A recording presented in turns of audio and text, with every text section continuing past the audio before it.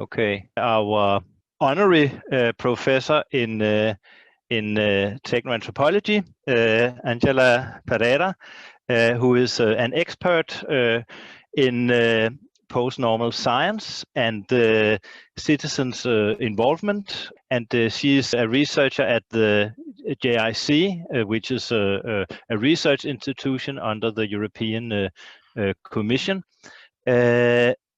where you are leading a section on science, technology, and society. So it's a great honor for me to welcome you to this your first appearance here at Techno-Anthropology, since we appointed you honorary professor here.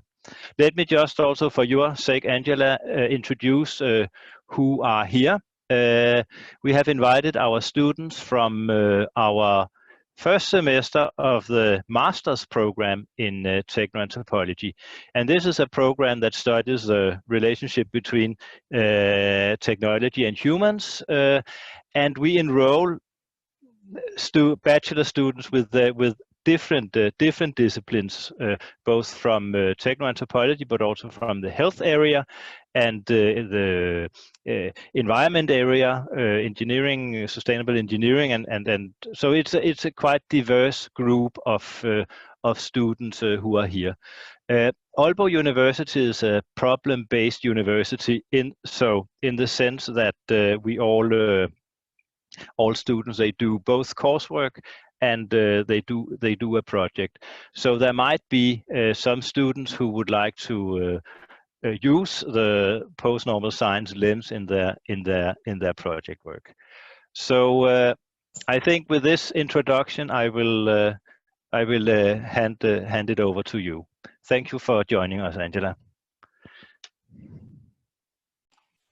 Yeah, thank you. I actually have some slides, but before I pass them, I would like just to thank you very much for this invitation and to have a conversation with you. I mean, I would like to be in Denmark, not speaking from my house, but and I think this need to be in presence, is face to face, is growing for all of us.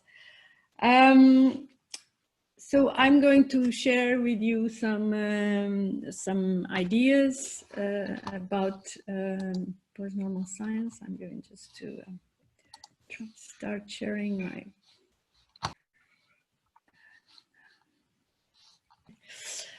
All right, so the title of what I'm going to talk about today is this sort of probably intriguing title: Performing Post-Normal Science at a EU Institution, Engaging the Citizen.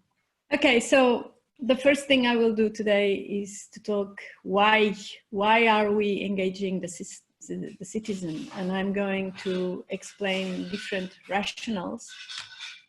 And then I'm going to talk about a little bit the hows and a little bit the wheres. So the first thing I wanted to ask you, actually, not convey you, is to, if you could use the chat. I believe you have access to the chat, and respond me to this question in very few words. And the question is, have you ever wanted, you as citizen, right, to participate in some public matter, to contribute to with your views, or to influence the decisions, whatever, and you haven't found the way to do it? I give you an example of my own. I would have liked very much to be called as a citizen to influence the way the governance of these pandemics is going. I live in Italy, in Lombardy. One of the worst places of the contagion. But I would have really liked to, contribute with my views about the governance of it all. So if you could can you use the chat so that I can I'd like to see what you answer to this. So have you ever wanted to participate in something and you haven't found the way?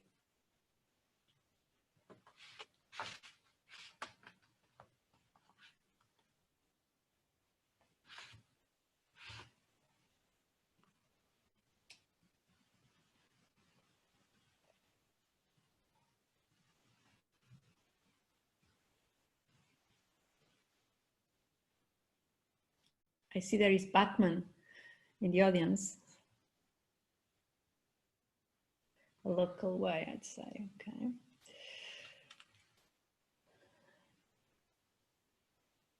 But can you mention a concrete issue? Like I mentioned the pandemics, for example, and the governance of the pandemics. Health system, okay.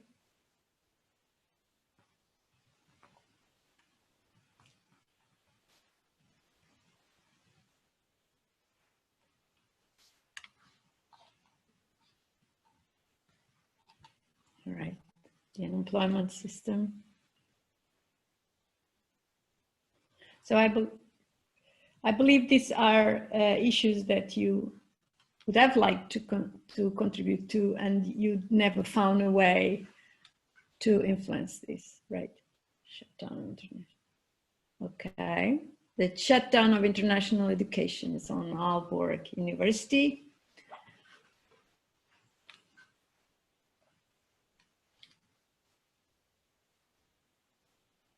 Okay, you can continue populating this. So the reason I ask this is because, you know, oftentimes the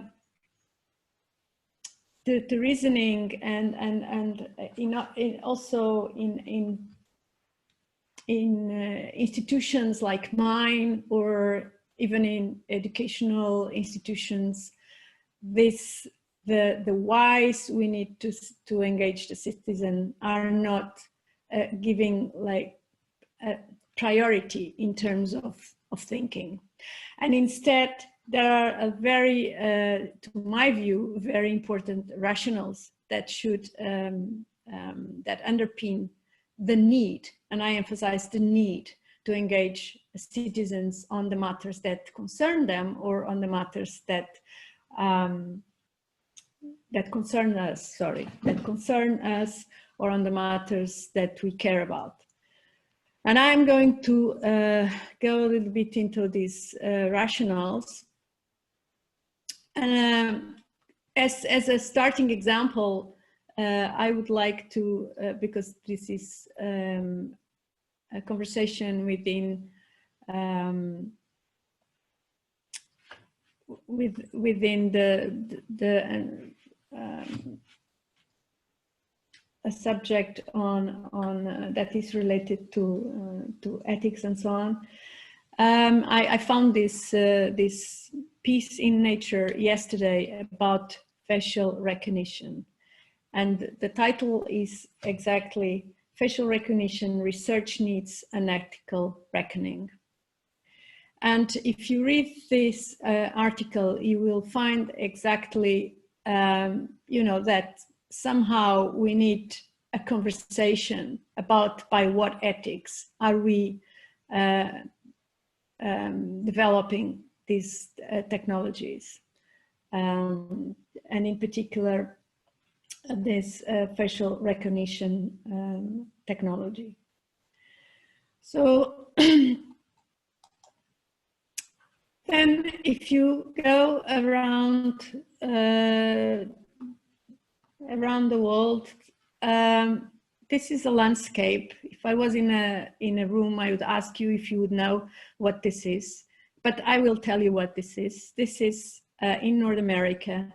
It's a fracking site.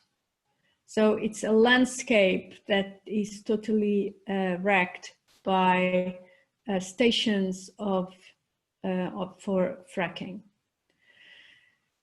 And if we go on the news around the world, we see, for example, other people protesting against some interventions, governmental interventions or industrial interventions that were not, being open up to discussion of the communities that concern them. This one is in Bolivia. It's about a community that has been affected by the mining of lithium, the very thing that we all have in our old mobile phones for the batteries. And because of this mining, they now don't have access to proper water. And so on and so forth. So the nuclear waste, for example, we are using nuclear energy to power our houses, the industries of goods that we consume, and so on and so forth. And this is not being enough discussed. Where do we put this nuclear waste, and why can't we find other alternative ways of getting this energy, and so on and so forth. Mobility. Recently, the Commission has put forward a communication on the future of mobility and has mapped this future on automated and connected vehicles.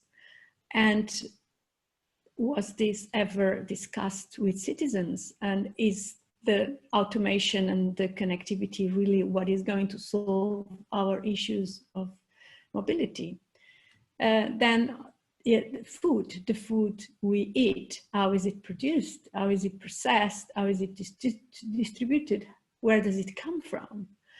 And so on. And these are all issues that are around there and that are mostly addressed by specific communities and specific elites of specific experts, and are not really being completely opened up to a serious debate with members of the public.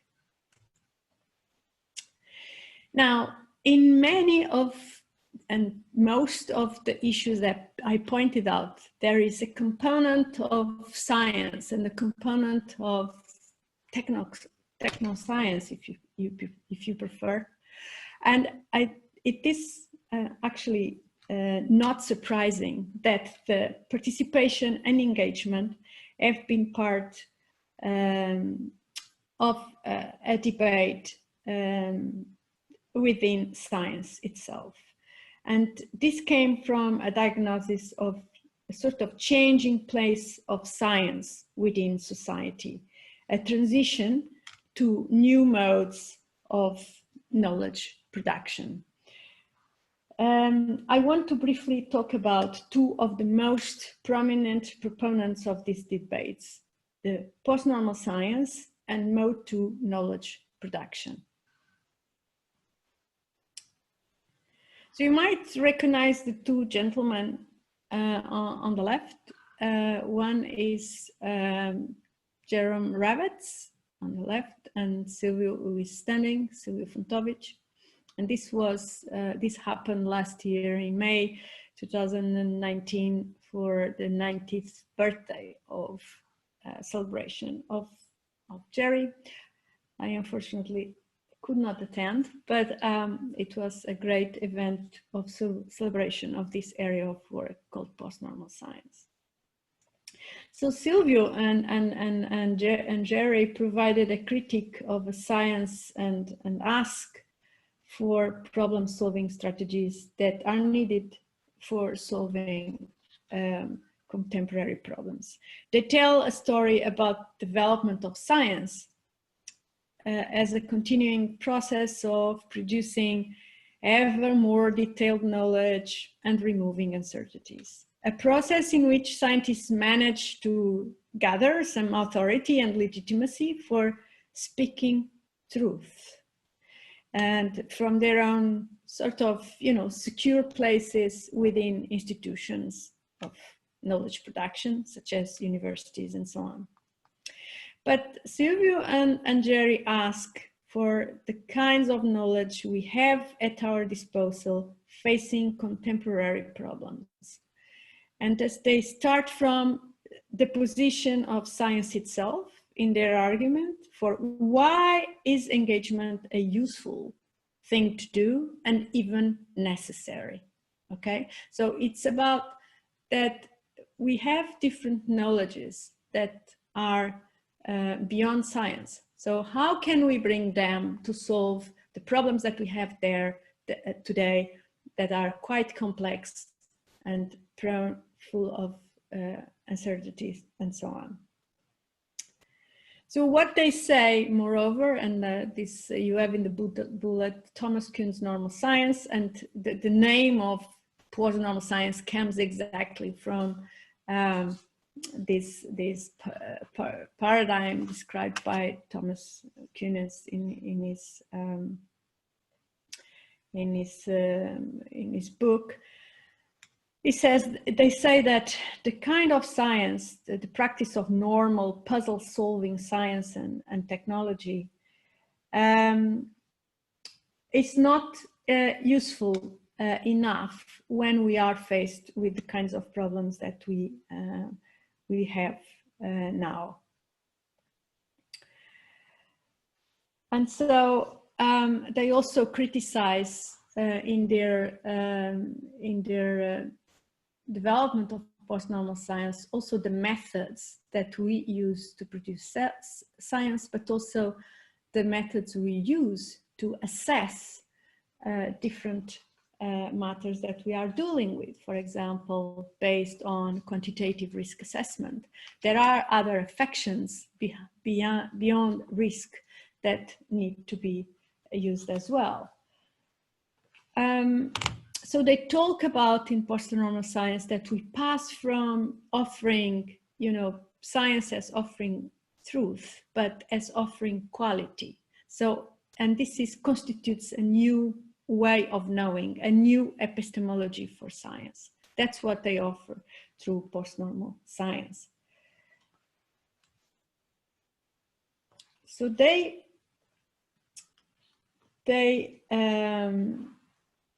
in this very now classic definition of post-normal science, and Funtovitz and Redis lay out their idea about it and the characteristics of post-normal science, constellations and issues. So the problem situations that involve post-normal science are ones where typically facts are uncertain, values are in dispute, stakes are high, and decisions are urgent. And when we talk about uncertain facts, for example, we can talk about scientific controversy, but we can also talk about really not knowing. Like, for example, what we are living through these pandemics. The kinds of uncertainties that we have are not just controversy, but are really not knowing. There are a lot of unknowns. In relation to divergent values, this maps onto, for example, social clashes about different, about a specific issue. This can, for example, the idea also on divergent values is the clash between what is, the tentative of universalizing some scientific, discoveries or scientific advice vis-a-vis the, local knowledge, for example, about the issues. If I work a lot on the Arctic and climate adaptation in the Arctic, and this is one of the main characteristics of the issues that people are facing there is precisely about different values, different relationship with nature, besides the obvious aspect of people that live in the Arctic having knowledge for centuries now that have been validated over time and that are not necessarily even developed in scientific terms. Then the higher decision stakes, which you know, we can have risks and benefits that are unevenly distributed, and we can have potentially severe consequences and unintended side effects, and different people might be affected in different way, and so we have different actors that can influence the outcomes of the decisions, and this needs negotiation. And then urgent decisions need to be made. Of course, there is always time pressure, and I can tell you that from the institution I work with, time pressure is a constant. Everything seems to be surviving in a narrative of urgency and emergency. But when this urgency, the narrative of urgency comes in, then we have to have a trade-off with the potential negative effects of decisions taken in uncertainty and in complexity not totally grasped. So what post-normal science says is that engagement is not a mere add-on, is not a nice thing to do, but it is a new mode of doing science. So engagement of different actors that are concerned with the issues is part of the particular problem-solving strategy. Okay, so and so Fontowicz and Ravets talk about extended peer community, involving in this resolution or in the addressing of the issues that concern us, those that can affect or are affected by the issue of concern. And this, in their own definition, can consist of practitioners, activists of different sorts, publics, and so on. And they describe this extension as a possible enrichment of the scientific knowledge production. So in this sense, these groups encompass all actors with a desire to participate in the resolution of the issue. For example, I gave already you plenty of examples, but they mentioned the case of AIDS, where an heterogeneous set of actors is engaged in public debate based on different sorts of knowledge. Now, what kind of knowledge is being brought by these engagements? Well, we can think about, for example, you know, local knowledge, as I already mentioned here, but experiential knowledge, but even, you know, views or imaginations to solve the issues of concern. So there are plenty of ways in which all of us can contribute meaningfully for a specific debate and the resolution of a specific problem. They call these kinds of inputs extended extended facts. They warn, however, that the new challenges do not render traditional science irrelevant.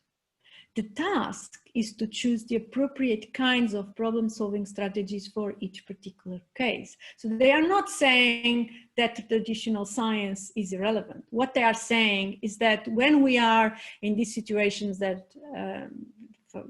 I described before, uncertainty of facts, values, dispute of facts, urgency, and so on and so forth, you need more than just traditional science. Now, to add to this, or to let's say, corroborate, because this post-normal science was first articulated in very early 90s. There were, I mean, there are some wake-up calls that have been done in time. I want just to mention these two famous examples, which you might be aware of, and if you aren't aware, at least I would recommend to read the first one, The Silent Spring, from Rachel Carson. This book was published in 1962, and this is this by a woman called Rachel Carson. Sorry, I lost my. And what she documents in this book is detrimental effects on the environment because of the indiscriminate use of pesticides, and basically in this book she accused the chemical industry of spreading disinformation, and public officials accepting the industry claims unquestioningly. And so this book is very important to denounce exactly, you know, there is more knowledge out there. It's called Silent Spring because of the birds in the region she was studying and surveying did not sing anymore in that spring because there were no birds. They were being killed by the pesticides. So the other one is, so the result of this book, which brought environmental concerns to the American public, it was the big function of this book. The book was faced with really fierce opposition by chemical companies, of course, but it spurred somehow a reversal in national pesticide policy and led to a nationwide ban on DDT in America for agricultural uses, inspiring as well environmental movement that led to the creation of the US Environmental Protection Agency. So there are plenty of good reasons for you to read this book. The second book is Merchants of Doubt, and it's a book from 10 years ago by American historians of science, Naomi Oreskes and Eric Conway. It identifies also parallels between the global warming controversy and earlier controversies over tobacco smoking, acid rain, DDT, and the hole in the ozone layer. And what they ask is that, what they argue is that in each case, keeping the controversy alive by spreading doubt and confusion after a scientific consensus had been reached was the basic strategy of those opposing action. So using uncertainty as a way for not acting is an interesting strategy. So the main point also of these books is exactly to, you know, to bring, to make relevant the post-normal science, the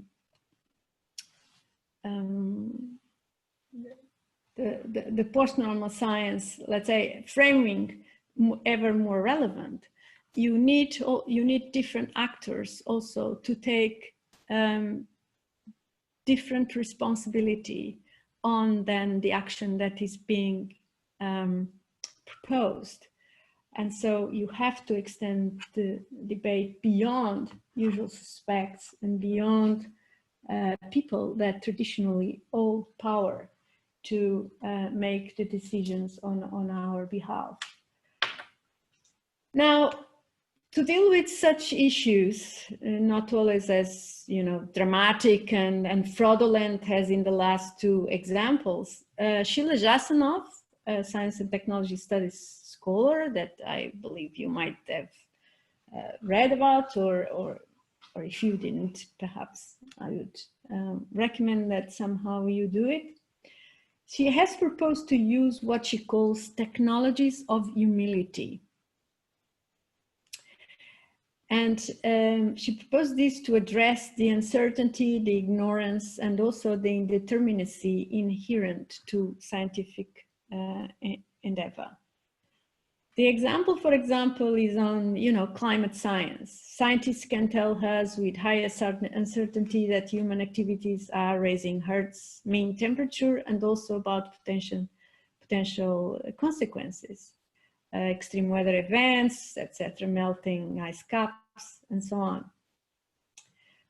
But there are questions that remain beyond the scientific realms. So, for example, where and when will this disaster strike? How to allocate resources between prevention and mitigation? Which activities should, or which actions should we target first? Who is responsible for addressing social justice issues? And what are the criteria and so on? And these are not scientific questions. These are questions of other type of inquiry. And so when she talks about technologies of humility, what she's saying is that we have to acknowledge the limits of scientific knowledge, and we have to decide when we have to step out from just science to actually solve the problems and go to other knowledge holders and other communities that hold knowledge. I talked about the Arctic, for example. I don't want to get political here. We all know why the Arctic indigenous communities are not involved. It's not because it is not recognized that they have knowledge, but for other political reasons, because there are a lot of interests about the governance of the Arctic. But still, room needs to be made when one does policy about the Arctic for the knowledge holders of these areas to have a legitimate place on the contribution of their knowledge to the issues of concern. So I'll move on, and I will now very briefly talk about another rationale of why citizen engagement. That is outside science, and it's on the democratic, it's more to do with the political and democratic theory. And I will just refer to a very old debate called the Jew Enlightenment Debate. This John Dewey was an American philosopher. He was an educational reformer who lived in 1859 to 1952. And he's really an early representative of deliberative democracy theory. And was Walter Lippmann, he was born in 1889 and died in 1974, was also an American writer and journalist, and he had developed realist theories of democracy. So Dewey says, it is not necessary that the many should have the knowledge and skill to carry on the needed investigation. What is required is that they have the ability to judge of the bearing of the knowledge supplied by others upon common concerns. And I think this quote is really important. We are not asking citizens to be, be scientists, or to be the politicians, or to be, to have hats of this this political positioning. but actually ACT has somehow what Silvio and Jerry described as extended peer review, the ones that also, you know, provide judgment about what is being used as to underpin the development of action or development policy or something like that about the particular issue of concern. So if we want to, I said in the beginning, I wanted to be, and I still want to be engaged on, you know, the governance of the pandemics, especially here. It's because probably, and I know it's not me being involved as a scientist, but me as a citizen who has concerns about what the current governance is, how the current governance is impacting my life and the life of the people I care about, and all the, in fact, you know, the many people I see. So, and because perhaps I have the imagination of how to deal with it in a different way, and I would like to have space to tell about that.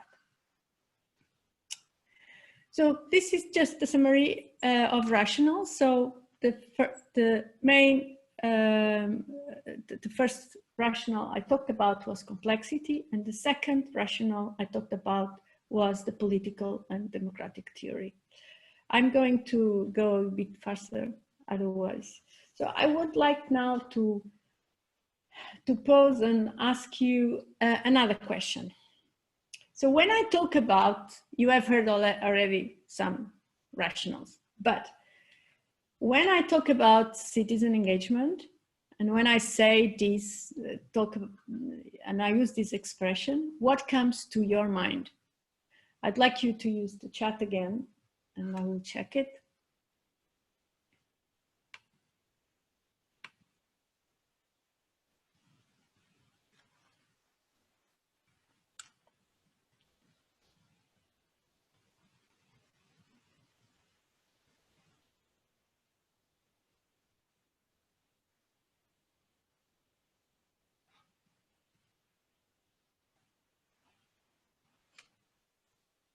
Citizen science, possible instrumental participation, pro forma and strategy, discussion in public,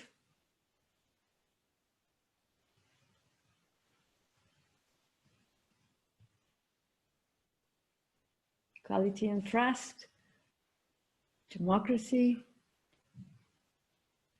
participation, empowerment, ethical communication, public workshops,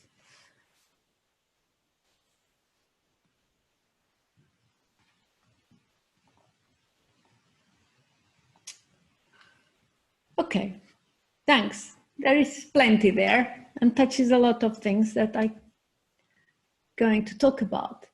So thank you. So I'm one of these persons that like to go to the definition of words, and I like very much, one of my hobbies is etymology. So I really like to start with words. If you check the synonym of participate, you will find in the dictionary different entries. The first one is, for example, be involved, take part. Thousands participating in a national strike. The second one is, which is a bit archaic, but I think it's quite relevant, is have or possess a particular quality. So what I like about this definition is that it really speaks to what at least the meanings of participation and engagement that we are talking about here is to be involved and to take part, but also have or possess something, okay? And in this case, it's also about power.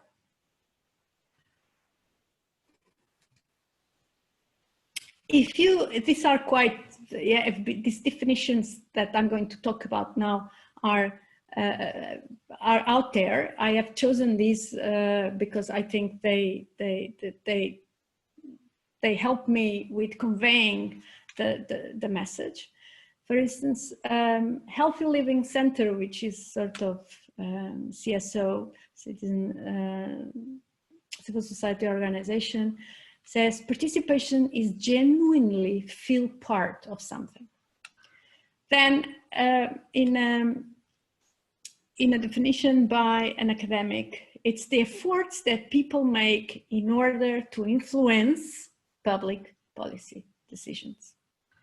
Then from, you know, UN organization is the organized effort to increase control over resources and regulatory institutions on the parts of groups and movements hitherto excluded from such control. But I particularly like the last one from Jack Stilgoe that says, we are still reluctant to say in definitive terms what public engagement is and how it should be conducted, but we feel clearer about what it isn't. What I want just to highlight in these definitions that you progressively see that this is about power, and this is not new. I'm going to talk about in a minute about this Einstein ladder of citizen engagement. This ladder is a ladder that was published in 1969 by Cheryl Einstein. And this ladder has never lost currency, in the sense that we are still going through all these steps when we are sort of mapping the citizen engagement meanings and practices that are around there. Einstein said the idea of citizen participation is a little like eating spinach. No one is against it in principle because it's good for you. However, at least in my experience, what happens is that you start with very good intentions until when you start getting interventions that you probably were not looking for. So I will spend a little bit time on this on this ladder right now. So all these steps that you have there of this ladder, basically they have implicit power relations that are established between those that are sort of engaged or that are participating and those that are organizing those engagements. So for example, the manipulation and the therapy. I am even reluctant on considering these ever as steps of public engagement or citizen engagement.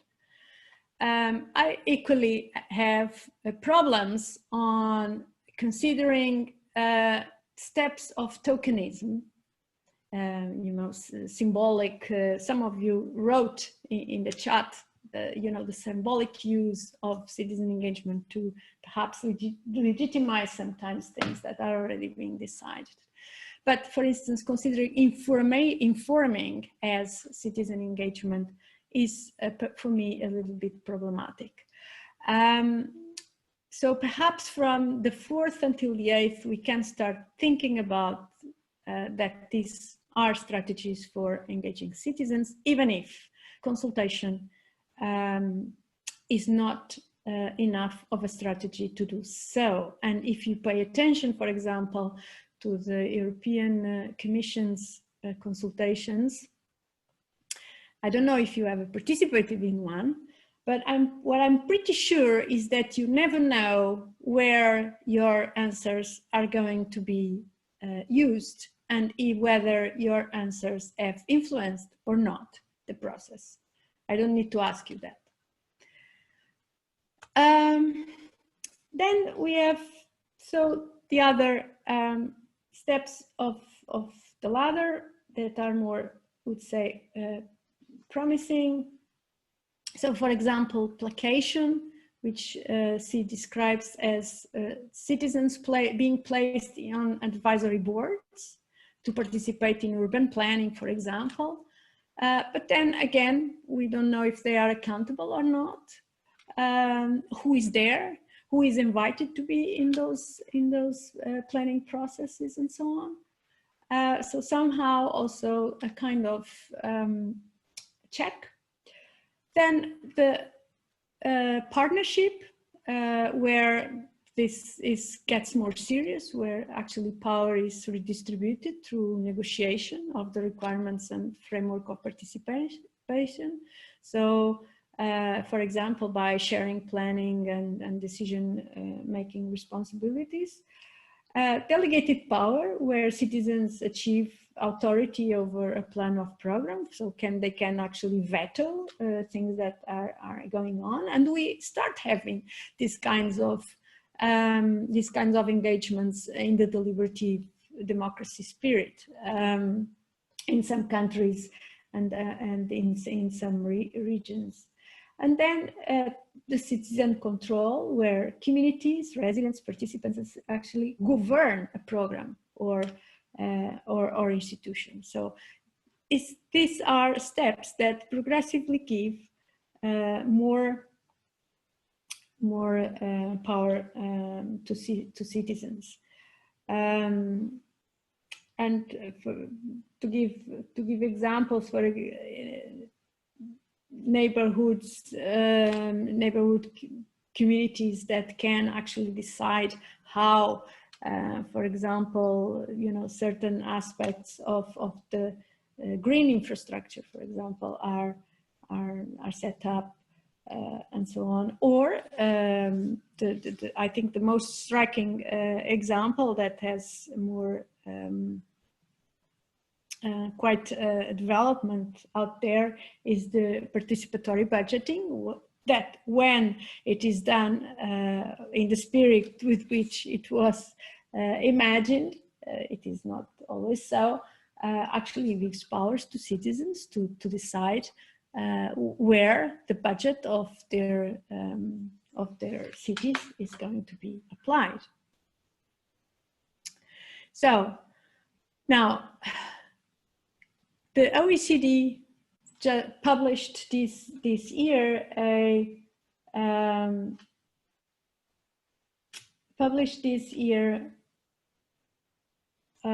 report that is accounting for what they call a new wave on deliberative democracy, and they have like more than 200 and almost 250 cases of examples around the world of citizen engagement in matters that concern them and matters that usually are related to science.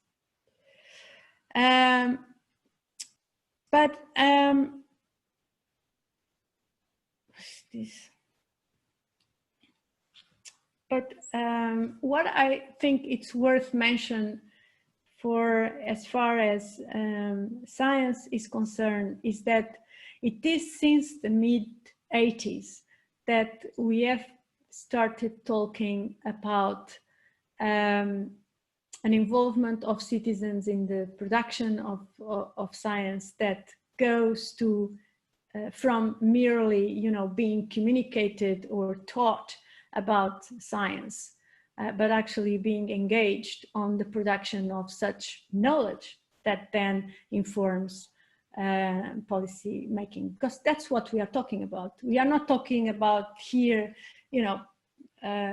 science that does not interest policy, even if I frankly have now very difficult, genuine difficulties on finding any area of science today that is not concerned with policy making. But anyway, so it is a little bit from the middle of 80s that this as that we can say that there is some turn on the way we engage citizens. And one of the remarkable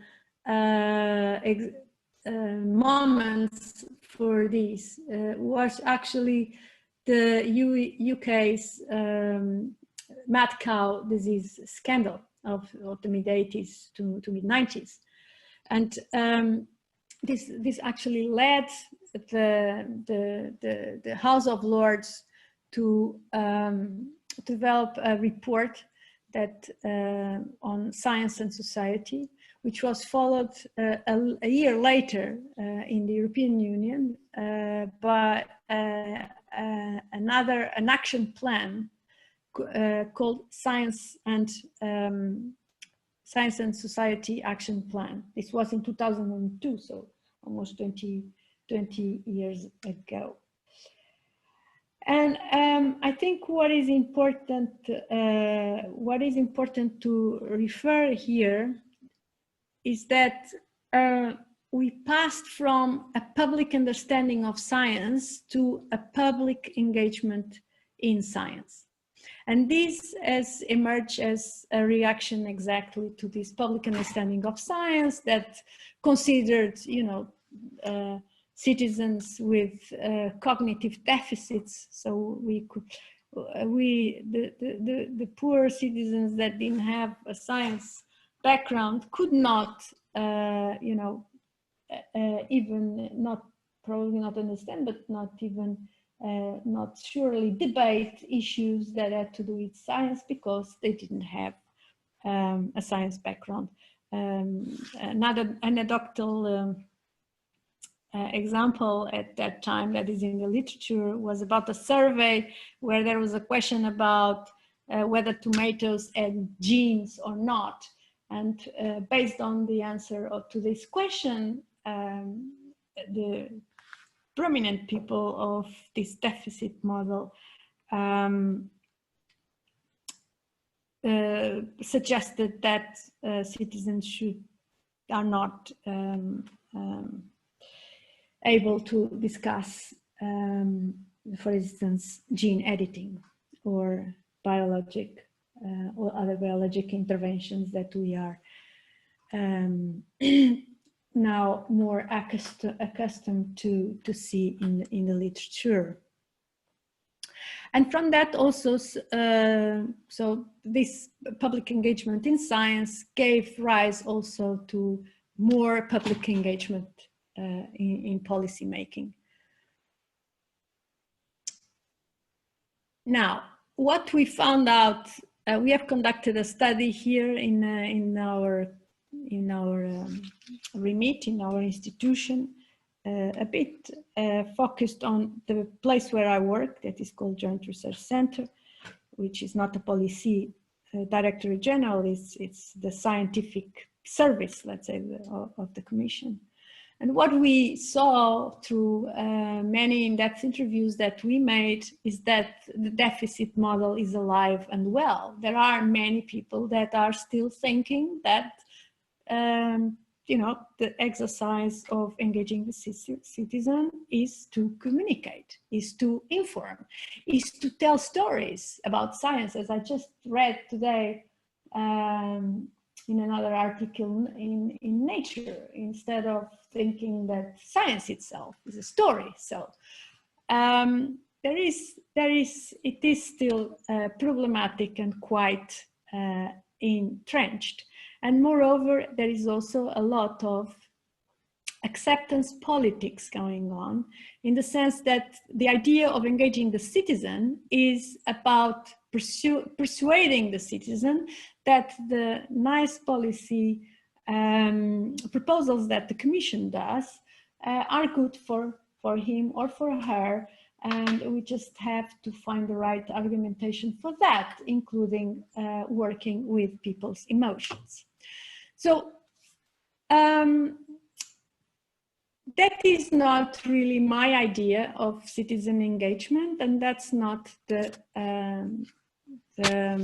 let's say, the reason why we work on citizen engagement in my institution.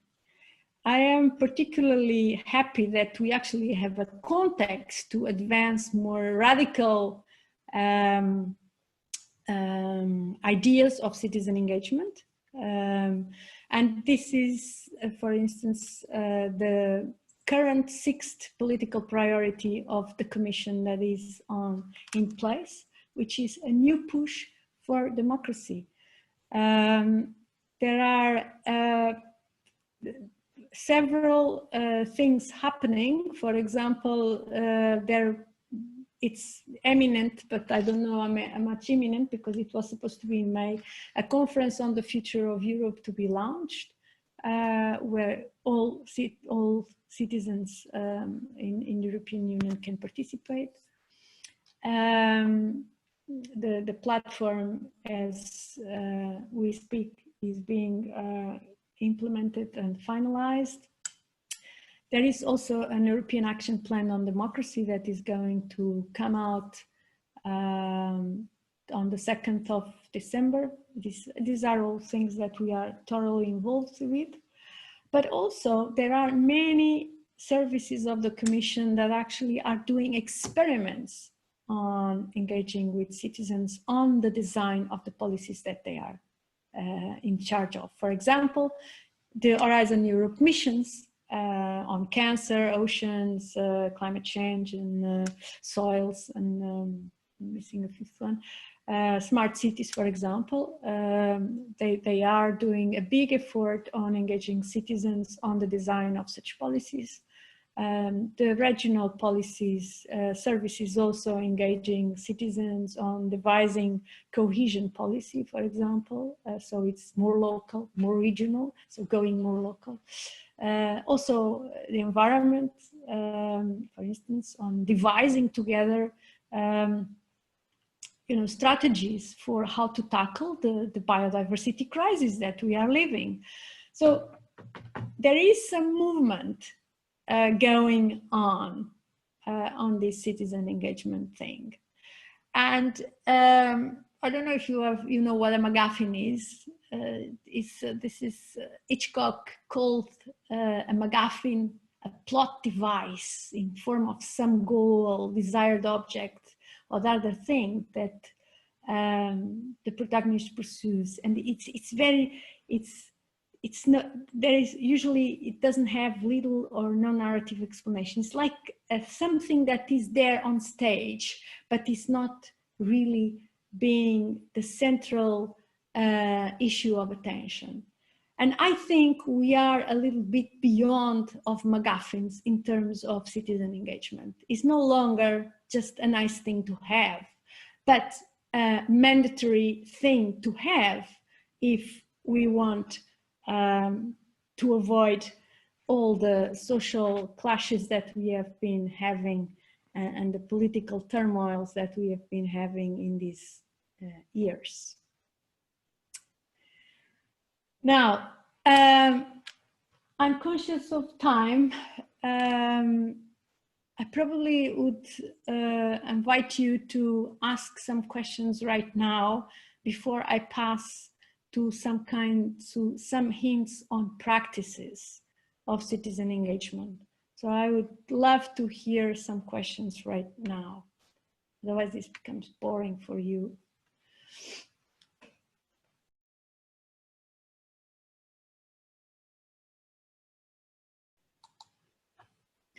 Today in France, the citizen engagement is in the core of different policies. Well, France is a very good example. I was going to give this example of some institutionalized practices of citizen engagement. It's with the Grand Débat and many other things that are happening there, but it's not only there. And then it's serving the liberal way of thinking. Batman, would you mind say that aloud, please? Or I think it's easier and more convenient for all. Would you mind, please? Can you hear me? Yes, I can hear you. We can hear you. I knew that you were the Batman. Yes. Great. So yeah, okay.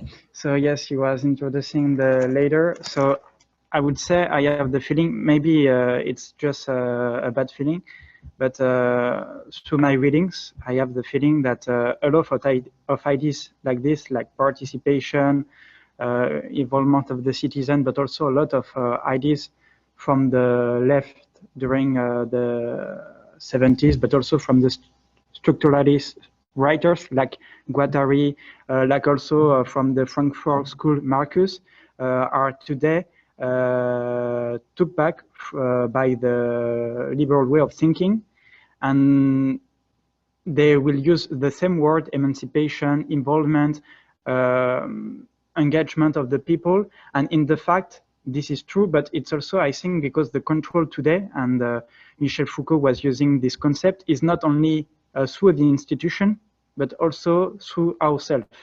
The control is not only in the institution, but only in ourselves. And talking about the participation of the citizen as a way to recover, I don't know, democracy, or to give them back power, I'm not sure it's true, because the domination is not really only outside the society. I don't know if you understand what I mean.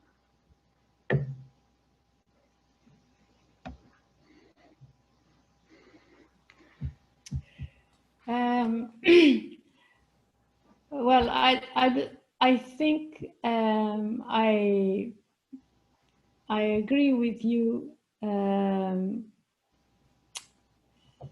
You know, I'm reading, and unfortunately, I'm reading it in English, and the translation I don't think is very good. But I'm reading Rancière, The Hatred of Democracy. The hatred of democracy. The hatred, yeah, the Rancière. And it hints a little bit on what you are saying. Mm. Yeah. However, I think there is the citizen engagement. You see my slide has invited and non-invited. Yeah. And I am actually more fond today about non-invited. Mm. Means that you don't have orchestration from a specific institution of what the terms of engagement, and so also how these engagements actually influence the formulation of, or influence governance. No? Mm. And I think this is, if you ask me, this is for me the most interesting of what is happening right now. Now, having said that, I think I agree with you that this is also an agenda of, you know, this liberal politics and so on and so forth. And it's somehow also a sort of way out, I would say, for a politics that doesn't have the guts to counteract specific installed power that comes from actors that used not to have those powers. And I'm talking about corporations, for example, you know. Mm-hmm. So I think what you have to think is, or what you could think is perhaps that this whole thing is an experiment, and we have to experiment because what we had so far is not working. Okay, so whether, you know, it's the things you are saying are totally valid and relevant, but we have to find ways of expanding, let's say, the scope of this kind of experiment. If you read this democracy by Rancière, you would almost say, well, you could say, and there is a very nice also, I saw it recently, a documentary by Chalmers from Scotland about democracy and so on. And basically their argument is say, we are not living in any kind of democracy. No? Yeah. No, we are not. This is the same, it's an oligarchy. Okay, because at least the democracy that was invented in Greece and so on, and with all these thinkers, is a completely different model. It's not what we have. Okay, we have this, and we have been qualifying democracy, no, representative, and not now we talk about participatory democracy and things like that. Whereas the concept of is precisely bringing the no one, no, not the one that is part of an elite or that is part of a specific, because he was born like to be king or to be queen or something like that, but to bring the no one to have power and influence what goes on. Okay, and we do this every 4 years or every 5. So, and meanwhile, there is the elite that is governing our matters. And what we are trying to do is to change this a little bit, But it also makes an assumption that out there are a lot of people that want to engage in this model. And I think there is a problem there as well, because I live in Italy. I am Portuguese, and I can tell you that it's not always the case, because people have been learning to delegate, and they have not been people have not been educated towards being civically engaged, and people have been distracted with, with narratives that seem to be narratives of democracy, like, for instance, being a free consumer that can choose from everything, anything, buy anything, and so on and so forth. And people are being distracted with these narratives, so that we are distracted from the matters that really concern us, right? So, okay, I said I was not going to talk for 2 hours, but I think this is, what I want to say is that it is not perfect, but we have to start from somewhere, because what we have now is not working, is not functional. So we need to be able to intervene. And so let us all make this experiment and change it where we need. Don't you think, Batman? What is your real name?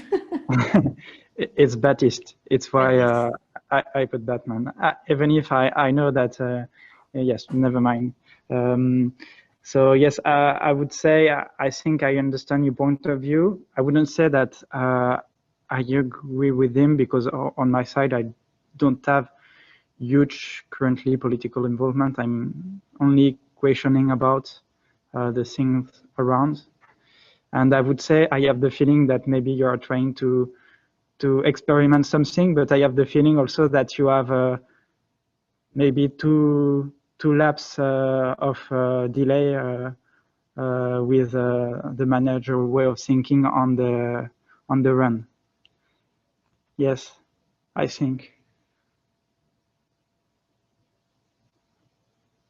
Yeah, that's it. So, yeah. Sorry, I didn't understand very well these laps of delay, but perhaps you can explain. Anyone else has any other question? Ângela, I'm curious about something. In the practice, when you are trying to involve citizens, or you are inviting citizens to participate in some discussions, how can we deal with the usual? For example, in Latin America is very common to identify reluctance on citizens when they are participating in public discussions or in things that can affect the public. And is there any way to avoid this reluctance of the citizens to participate? Because, for example, in my country, it's very common to see those who participate are then stigmatized or have threats all the time because they are now visible. Do you have any situation here like that? Or any idea how to deal with that? I'm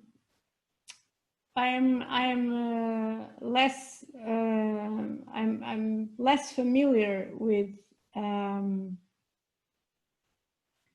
what goes on in other parts of the world, but having said that, we actually some decades ago we turned to a lot of experience in Latin America on engaging with different communities, and in fact, I thought at a certain point, 20 years ago, 15 years ago, that there was much more advancement in Latin America in these kinds of engagements than there was in the European Union.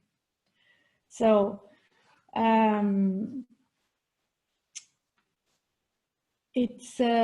there are many ways of counteracting, targeting of people because they participate or anything. When you talk about deliberative democracy, I mean that we are talking about specific processes to engage citizens.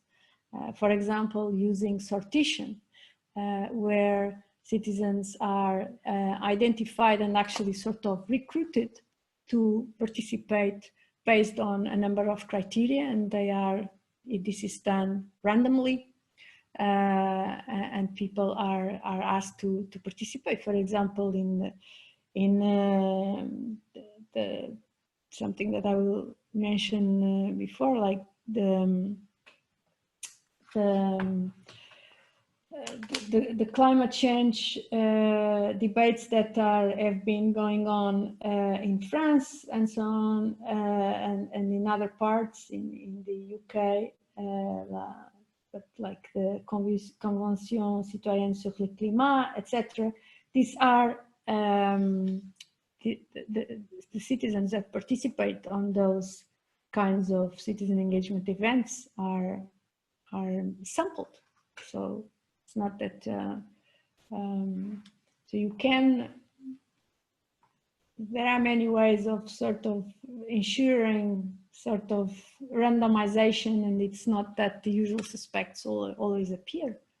But I am thinking, for example, about participatory budgeting. I mean, this process started in Porto Alegre in Brazil. So, and started with, if I remember many years ago having a presentation from one of the persons that started that process, that they started with 25 people in a room until at a certain point they had 20,000. So the thing grew, and today there is, in the European Union, there are like 800 cities that are using this method that was born in Latin America to decide how to use the budget and so on. Of course, as I said before, in some places this is more genuine and more meaningful than others, but I think it's interesting. That comes precisely from Latin America. So I would, there are many answers, possible answers to what you are saying, but I think in summary is about, you know, having a process that gives, ensures that voice is given to very different people in the process. And as I mentioned, the sortition is one of them, but you can also, and for me it's more dear, is to work locally, you know, and work with communities and work on matters that actually afflict people, and not work in general. I always say citizen engagement is a situated initiative, not something to be, you know, there are no panaceas and there are no, and it should be tailored for the situation all the time. And most of the most interesting practices are actually occurring locally and regionally, yeah. As we know them. Yes, thank you. Great. Actually, you have a very good example on what you have said specifically in Medellin. There was a huge conflict in one area in the city with the people from the cartels and drug dealers and all these guys, and with a huge problem, social problem in a specific area in the city. And what they decided to do was to find an excuse to involve the people in some discussions of the area, building a museum. So they decided, the municipality decided to build a museum in that place, in that region, and it changed a lot the landscape of the area where the people were living, and they were very aggressive against the construction. But then when they had at least one room ready, they invited the whole community to start talking. And then they developed a lot of good initiatives, how to make this area work, not only for the people from the community, but from the tourists who visit the city. And then they decided to create a workshop.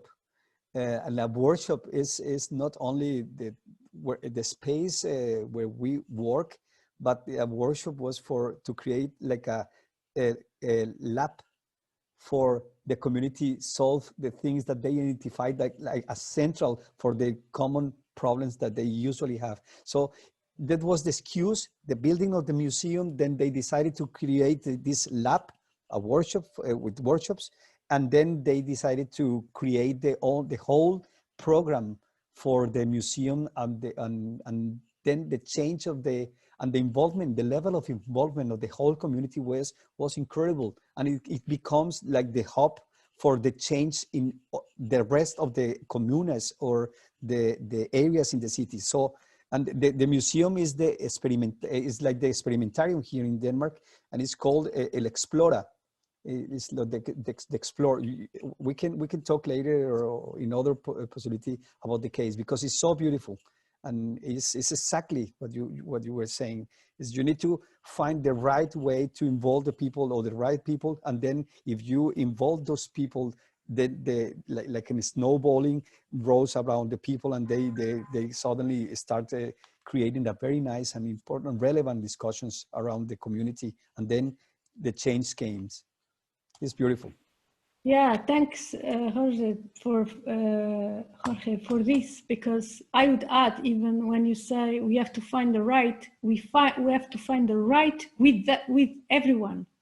So the very project of constructing a space of engagement should be a discussion with the people that we want to discuss with, and this is sometimes. You know, that we have to think, how does this space look like? No, we have to talk with people. How does this space look like? I have I've worked, for example, here in some countries of the EU about food in school canteens, for example. And the part of the work was not just asking, you know, what students and parents and the community thought about the food. It was about how can we make spaces to have conversations about these kinds of things in school. So, and this was part of the work that we did together. How does this look like? How do we want to be engaged, right? And I don't think this is given enough attention, is that we continue to think, you know, now we are putting the platform for the Conference on the Future of Europe. But who said that's the way that me as citizen want to intervene in this conversation? And you see what I mean? So I think this needs a little bit more exploration. When I will talk about this in a few minutes, but for instance, one thing that we are want to do, and this is a key thing for me, it's also dear for me, is that we go to places where people already go. And so, and there are a lot of public spaces that can also be turned into places of conversation, of, you know, of deliberative democracy in practice. And I'm talking about libraries, I'm talking about museums, I'm talking about all these places where we all go already, or many of us go already. And the one we are not the one in other communities, they go elsewhere. No? So, and I don't think this is also given enough attention, and it's part of the terms, you know, on which I want to engage as a citizen on what you are proposing. You see, there's a lot of tendency of thinking that we have to determine the terms, and that's not the case. That's, I would say, the wrong footstep, and goes a little bit on what Baptiste was saying before. I really want to thank you for all these questions, both to you, Baptiste and Jorge. I will just go a little bit further on talking a little bit about invited and uninvited citizen engagement and practices.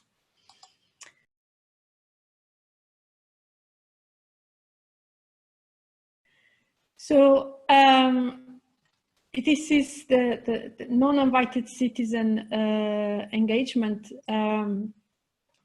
is a term that was, at least for me, I first saw it on the work of Brian Wynne, and this is referring to very different types of civic intervention, in fact. For instance, a demonstration is an uninvited type of engagement. This we are in preparation of the third Festival on Citizen Engagement and Deliberative Democracy, which will occur on the 6th to 12th of December online, of course. If you are interested, I can give you some registration links and so on.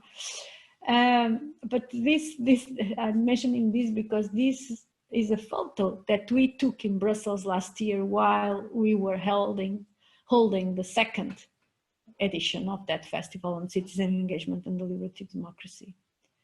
So, and this for me, it's interesting, you know, that we can be talking about it and we can be criticizing the whole, you know, implementation and so on, but things are happening and we have to pay attention to them and to make room for them and to give meaning to them. But demonstrations are not the only way of uninvited citizen engagement.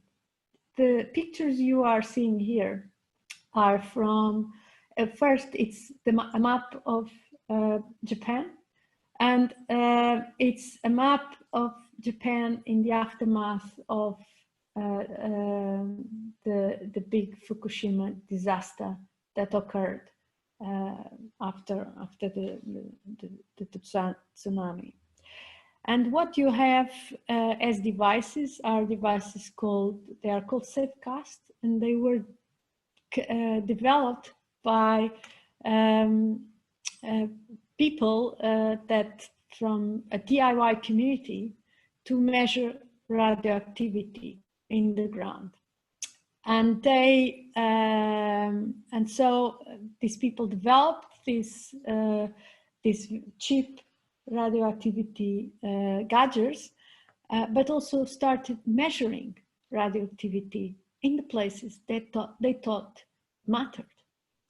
And so they started to publish the radioactivity measurements that they were performing. And these measurements were not the same as the official ones. And what happened was that the government tried to somehow, you know, shut up the initiative. But it couldn't. And this became counter-knowledge, all right? So, in other words, the non-invited does not mean protest, but means actually doing something else and producing different knowledge that can help with solving a particular situation. Or might mean also intervene in some areas that are not under the radar of the general public policies of a specific region or a country.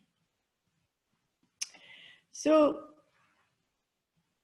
but when we say we are engaging the extended peer community, we are not talking about non-invited, because we actually are trying to invite. And so this is a little bit repetition of what I already said.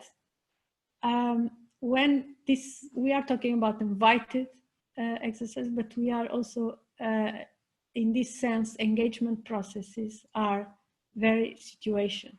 What I want to say is that whatever methodology we use to engage citizens in a particular issue of concern, and being this in research processes or in policy processes, we cannot dissociate the methodology or even the goals or the aims and so on from the political context, the geography, the publics that we want to involve, as well as the culture of dialogue in the polity. Because it's, I would say, rather say that it's quite easy and quite expected that we can have grand débat in France, or we can have, you know, the equivalent to Convention Citoyenne in the UK. But it's much different to organize these kinds of things in countries where usually there is not a lot of dialogue going on. So this idea of you know, even the critique that this is serving purposes of liberal politics and so on is somehow irrelevant for some countries and some regions, and it's not so relevant for others, where there is not even starting a culture of dialogue, and there has never been. So we need to also be careful when we think about our things to step out from our own, you know, entourage and our own culture and our own experience and our own history. For example, I want to say that Denmark, for example, is the country of birth of the Danish Board of Technology. Today, the Danish Board of Technology is a foundation, but once upon a time, the Danish Board of Technology was part of the institutions in this formally part of the technology assessment that was going on in terms of science and technology. So the cultures of engagement are very important and relevant when we start thinking about how are we going to engage that community.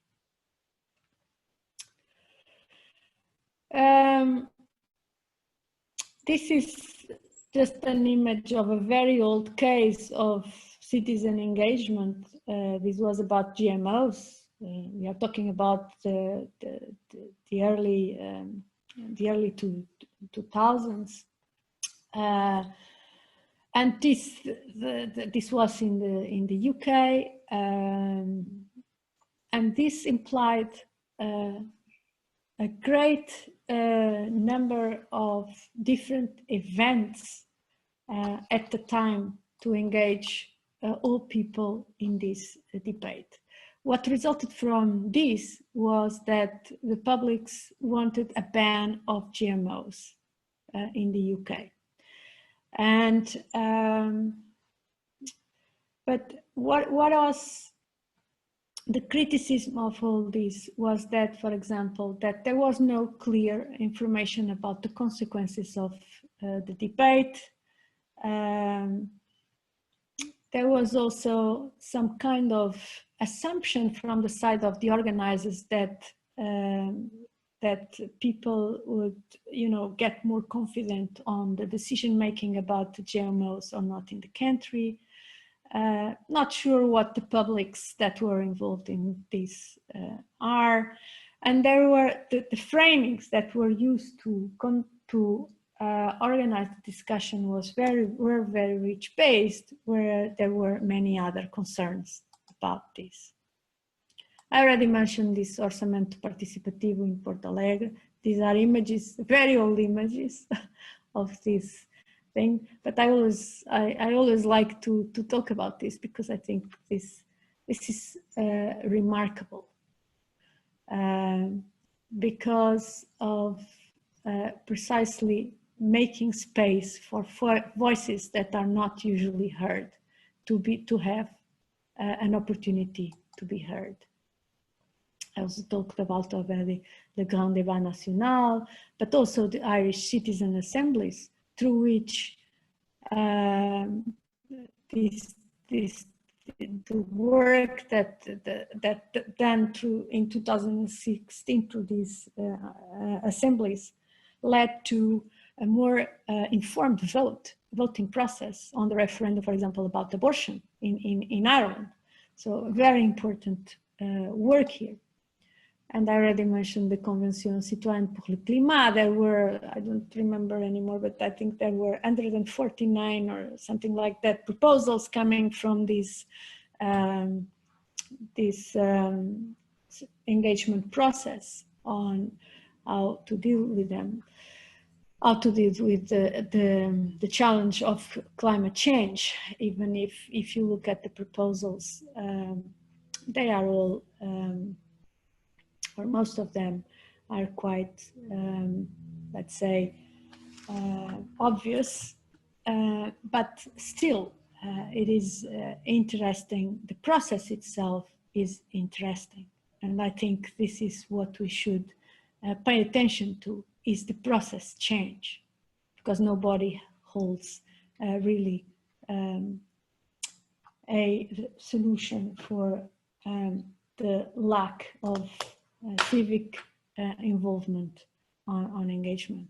I argue that we need to educate our children and our young people in order to do this. There is a very big effort that needs to be done. It's not just literacy, it's not just creativity, but also civic intervention to relearn how to be civically engaged. Now, I think if one asks what is a just, legitimate, and effective arrangement for citizen engagement, there are several things that one can think about. The first one is to give voice to those that usually don't have voice. For instance, I want to distinguish, and I always distinguish, and there is a temptation in my institution to do so, for example, to map citizen engagement to the involvement of civil society organizations. This is not the same, okay? Because CSOs are also themselves stakeholders. They are, many of them are lobbyists, so they are run with vested interests and so on. And this is, the idea of civic engagement and public participation is to involve other types of affection, not just interest. And I like very much the idea of care and matters of care, of Puig de la Bella Casa. I know Tom likes this very much, and Jorge also. I see him nodding. So there are other types of affection, but the important thing is to create spaces to invite that have no voice. Then it's about addressing controversial issues. You are not putting a whole, panoplia of engagement activities about nonsense, like, for example, changing the summertime, whether we should have summertime or wintertime. But with, things that are really meaningful for people and that really change their lives. And then it's also about the level of communication exchange that you require. It's about the level of creativity that you require. You might want, people to imagine, for example, as we were saying, to imagine, for instance, an information campaign together about, how to deal with, climate change in our own neighborhood, for example. You might want to to envisage very creative processes on that. So, co-creation processes and not just judgment, because deliberative processes are a lot about judgment, whereas co-creation process is about creating together something. And then it's also about the level of influence expected. So in this, when you think about this, about the qualities of a just and legitimate and effective arrangement for citizen engagement, you have to think about these things. And this could lead in practice, for example, I already mentioned the selection and sampling of the participants that are participating, the role of experts and other stakeholders in this process. So if you are talking about a Convention sur le Climat, who are the experts that you are bringing in to talk about climate change, okay?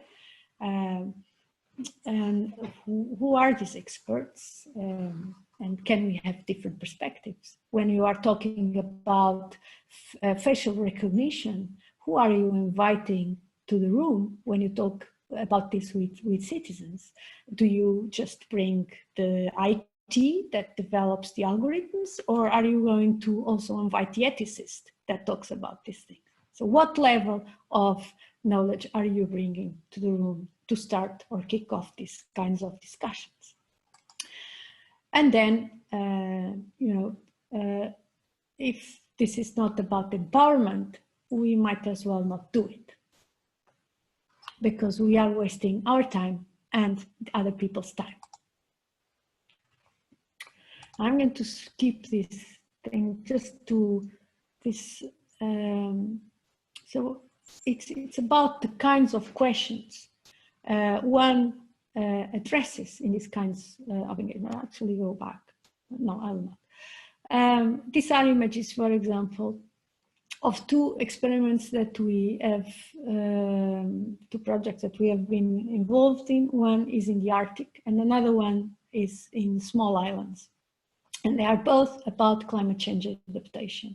And they are both about climate change adaptation strategies in remote areas, okay? The Arctic, but also islands are remote areas, okay? So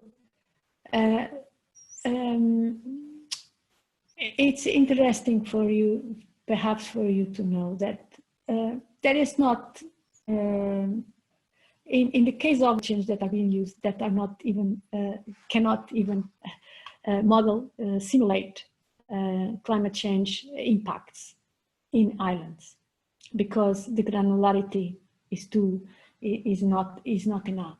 So when you are faced with these lacks of knowledge and so on, what do you do? Where do you turn to? And our argument is that all these places are pods of knowledge and knowledge holders, because people have experienced and have lived there for years and many times away from universalisms and other kinds of approaches of that kind. So that's what we did to these experiments. We went to talk with the communities of concern about devising climate change adaptation strategies for their own environments. So in other words, when we are engaging the citizens in these kinds of realms, we are very importantly talking about issue framing. What is the matter of concern? Me as a researcher or as a policymaker or etc., I have an idea of the issue, but maybe just like in the case of mobility of the future, where you are framing the issue as connected and automated vehicles, and so you are framing it as in terms of technology. And I might have other ideas that perhaps the issue is not the technology, but it's the way we work, the way we move, the way we want to organize our personal lives and our collective lives. So the issue framing is one of the key issues why you engage with citizens.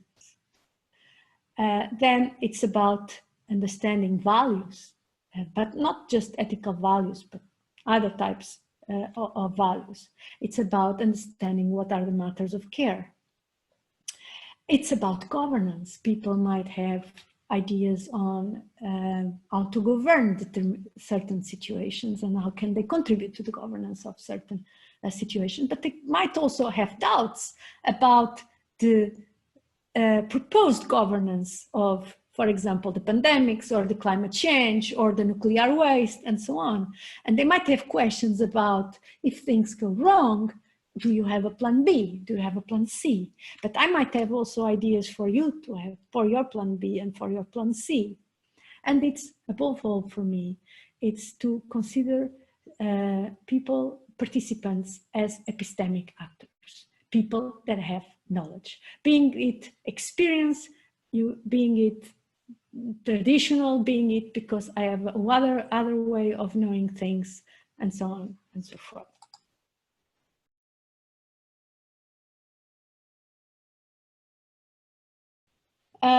I mean, we can continue this conversation on methodology because I don't have time now to go through this, and I would much rather respond to questions right now in the remaining time.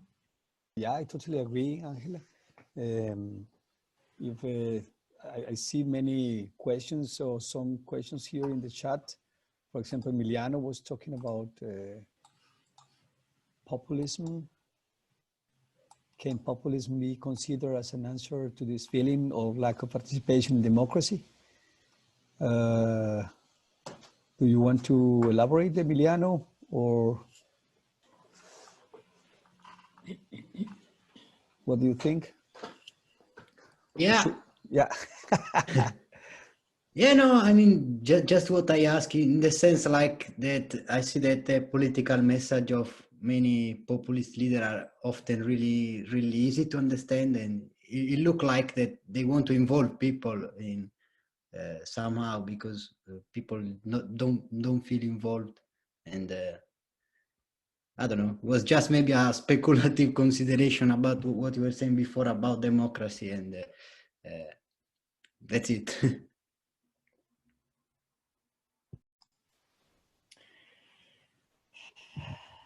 We also have here, thank you, Emiliano. Or do you want to say something, Ângela, about what Emiliano was saying? I think a lot of there is a very nice book by a French sociologist that was published recently. I can share with you later because I lost it in the house and I have to find it. I can't remember where it is, but it's really about politics being, you know, playing with the emotional, and she basically, in that account, she gives a lot of examples of exactly that. I mean, you stop talking about what is really happening, but you appeal to people on the emotional side of things.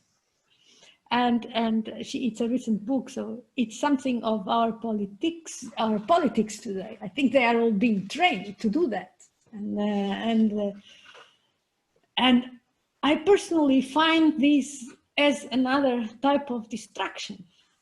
You know, you stop focusing on the matter themselves, but on the emotions that the thing produces on you. And I would agree with you that this is that, you know, populism somehow is a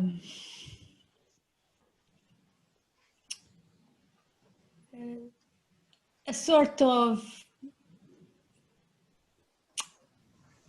actually way of escaping the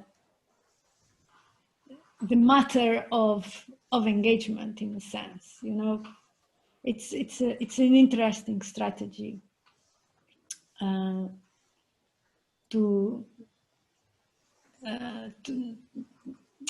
would never say that this is a kind of participation,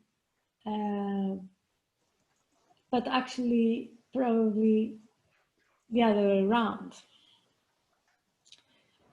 It's a distracting mode because they talk to your emotions, and so they don't address what the issues are really. And we have had a lot of that in the recent years by many politicians. But I know I'm not answering you, but I would like really very much to come back to this with more time.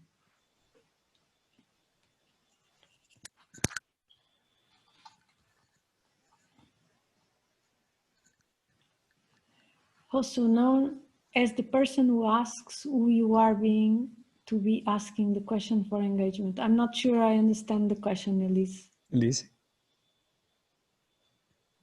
Lisa, would you like to elaborate a little bit? Yeah, I was. Good to see you. In this whole, like during this whole presentation and talk, I'm just thinking about this talk about participation as sort of, it almost becomes an abstraction, and usually, like in some of the cases that we have been looking at in our program, it's usually like some of the participation is like it's participation in retrospect, but it was not necessarily invited by the people who are either creating a product or doing a science project. And I just started thinking a little bit about this idea of engaging people already steps away from the people that's supposed to be engaged, because now like it's a way of stepping one step back. And I just think that anyone who wants to create engagement with the public should really consider who they are to be asking the questions and be facilitating the engagement, because I think you maybe also said a little bit of this just with other words, that it really is very important if you want to engage people, that you sort of don't talk down to them, and you yeah, well, this was just a thought. It was not really a question. I was just, yeah, I don't know. Yeah, it totally makes sense. I was going to, I mean, I don't have time, but I was going to talk about the contract, you know, the contract you as organizer, you make with the participant. So one of the key principles on citizen engagement is about expectation, management of expectations. And this we call the contract, in the sense that if I am in a research process, okay, and there's no degree whatsoever of influence on the politics, the citizen needs to know this. But if you are engaging citizens on your own bit of research, you probably could be thinking that what you are after should influence the way you conduct your own research. So this, for development of technology, for example, I mean, if you involve citizens on the discussions of the technology, you are wasting their time and your time if then what comes out is not going to influence the developments that you are doing. So, but this relationship between you that promote the engagement and the citizens that you involved need to be very, very clear. You should, citizens should know what to expect from this process. You see what I mean? What is the degree of influence that they have in this influence? You can even say, well, no, we are just we are just experimenting with methodology. It's fine, but this needs to be said and needs to be understood. You see, I never forgot. Sorry, many years ago. Like, yeah, so almost 20 years ago, there was a big dam project in Portugal that created the biggest artificial lake in Europe. And I worked with this 7 villages that were going to go underwater. And I remember going to this group with different people from the villages, and the mayor was there as well. Yes, small villages, okay?